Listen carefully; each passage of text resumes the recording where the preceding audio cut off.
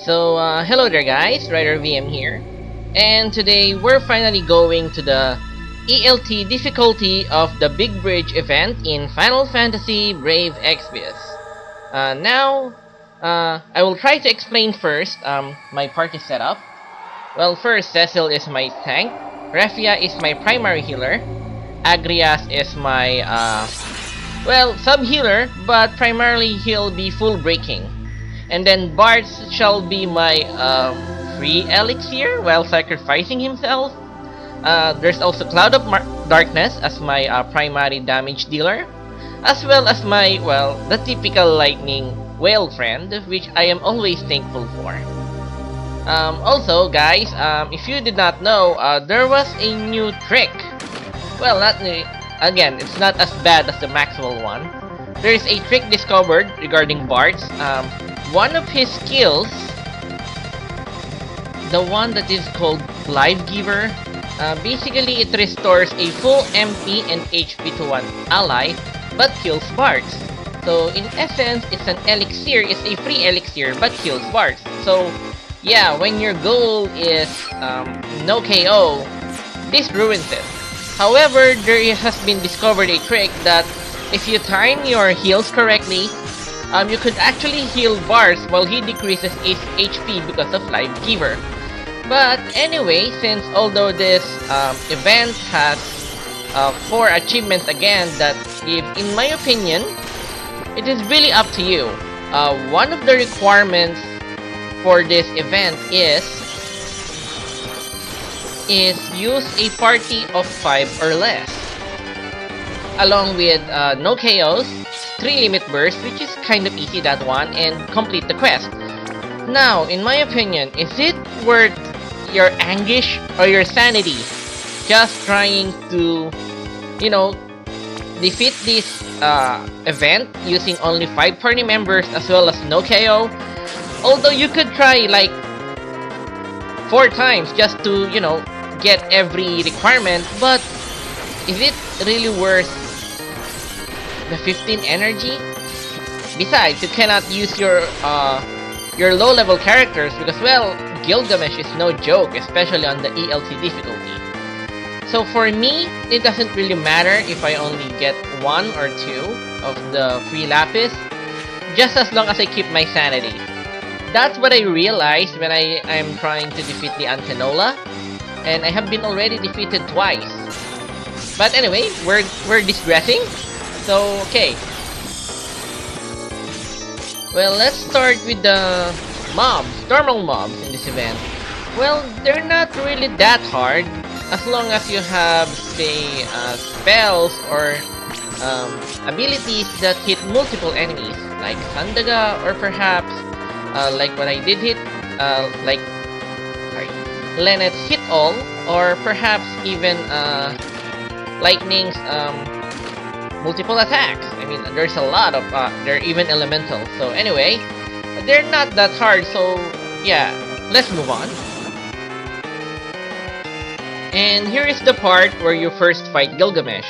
Well, the only difference between the ELT and the non-ELT difficulties is that in the ELT difficulty, you actually fight him twice.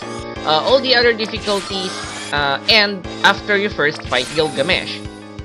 But in this case, do not be thinking that the time you fight Gilgamesh here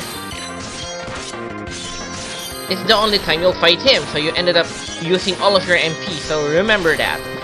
Also, in the fight itself, it isn't really that difficult because, it is not really different from the earlier difficulty levels. So the same strategy applies. So when he tries when he's half life, you cannot kill him in the first turn because he will be unbeatable until he gets about 50% of his HP. Then he will do auto cast something, and then he'll start to jump. So when he jumps, I really suggest you do your buffs if there's no buffs yet, or just defend all your characters because his jump is actually pretty hard hitting, especially on the ELT difficulty. But besides that, there's really nothing much I could say except, you know, it's very easy to burst him down in his first form.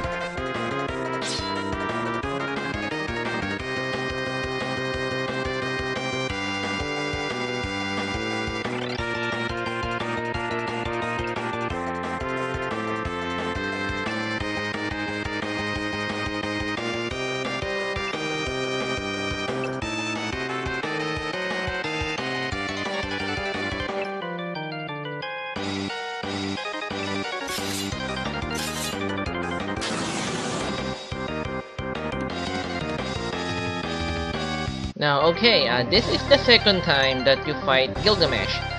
Well, let's just say it is important that you are really ready when trying to fight him. This is my first try trying to defeat Gilgamesh, and I was kind of successful, but I am dumb because I did not refill my character's MP. So that's the first important. If you have a tent, I actually suggest you use that before you fight Gilgamesh the second time. Okay, now, after you full break Gilgamesh here, he will do weapon refresh, which means, is full break pointless in this fight? Actually, no. In my opinion, it is not pointless because, well, full break allows you to damage him more. Although, since he does that weapon refresh, so his damage wouldn't be affected, it's okay. At least you will be able to damage him better.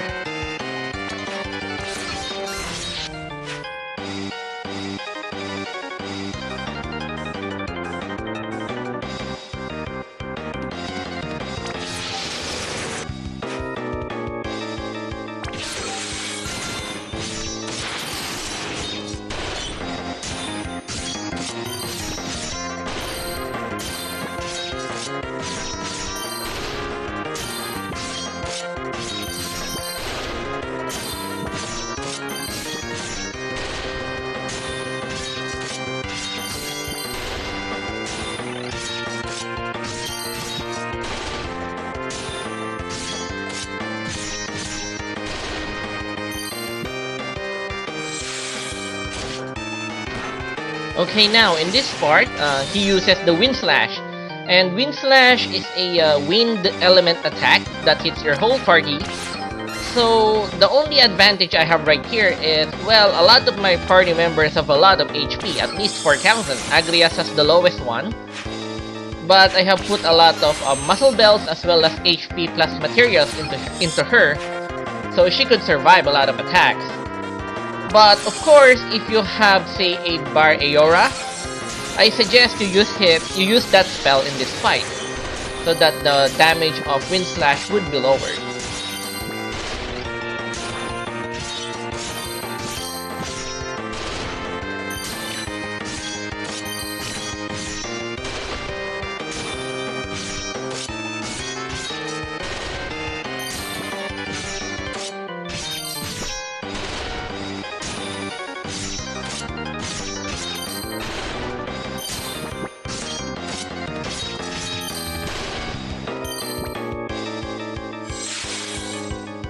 Okay, as seen here, Missile is a single hit physical damage that could also cause blind to one of your party members.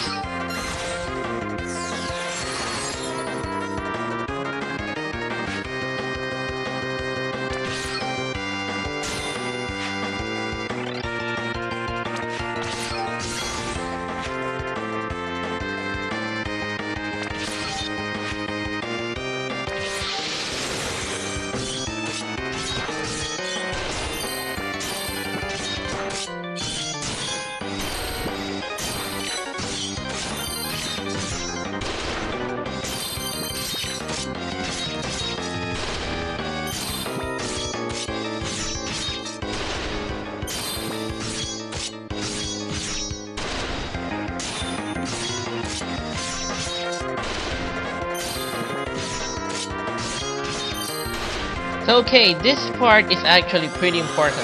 If you see Gilgamesh do the move Vendetta, that means you immediately need to dispel that move, because that is a really big buff to Gilgamesh, and if you don't dispel that, you're gonna have problems.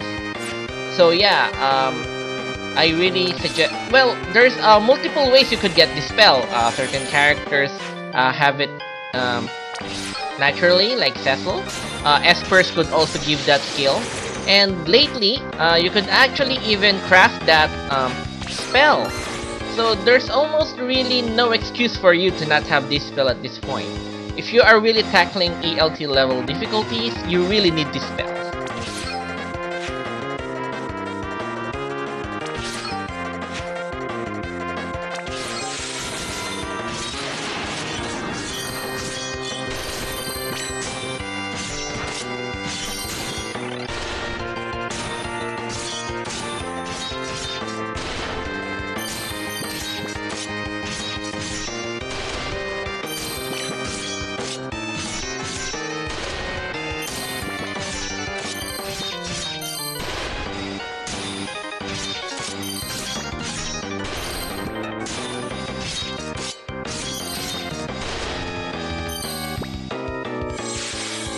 And okay, as you see here, he now does the X slash, and if you can see, it already gave a lot of damage.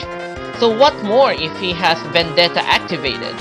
That damage would be at least 50% more, which would probably kill almost everyone in our whole party.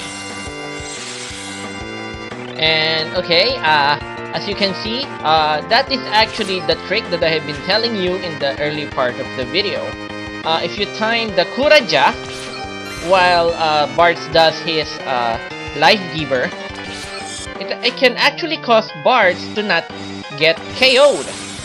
And as you can see, Bartz had gone to 0 HP, but the Kuraja just arrived on the exact time before Bartz goes down. So yeah, it is pretty cool to know that, although the timing is pretty strict. If you miss the timing a little, Bartz goes down, which is fine, but again, if you always want that no KO free lapis, then yeah, that strategy would be very risky to do. Also, as you can see, Gilgamesh will do transform once his HP gets a little lower. Actually, that means that he's gonna be a lot more dangerous because he will probably have a lot more attacks to do per turn. So yeah, if you don't have a race character while going to the ELT, it's almost very unlikely to win because, well, he could easily focus fire on a single character and kill it.